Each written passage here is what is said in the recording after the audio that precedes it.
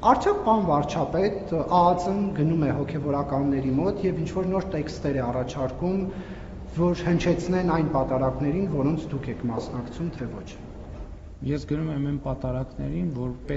որտեղ Կտրիչ Ներսիսյանի անունը չի հնչում։ Մենք խնդրում ենք, երբ որ ես մտադիր եմ մասնակցել,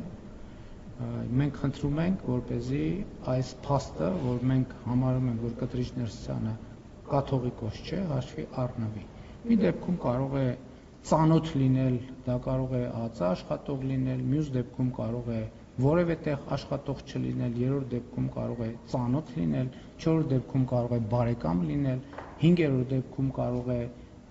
իմ օգնականը լինել, 6-րդ դեպքում կարող է 6-րդ մարդ լինել, 7-րդ դա կախված է նրանից, ով ում ճանաչում է եւ ով ինչ անձնական կապեր ունի։ Այստեղ ԱԱԾ-ն եւ մյուս ինստիտուտները կապ ունեն այնքանով, որքանով որևէ մեկը որևէ մեկին ճանաչում է։